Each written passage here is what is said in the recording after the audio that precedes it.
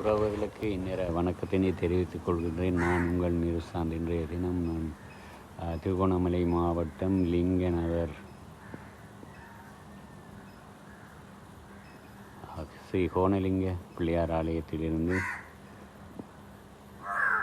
இந்த காணொளியை பதிவு செய்கின்றேன். இன்றைய தினம் வருடாந்த அலங்கார உற்சவத்தின்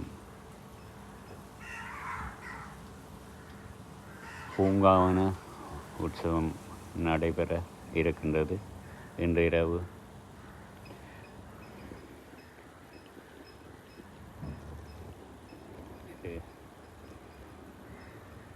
வாகனங்கள் சுவாமி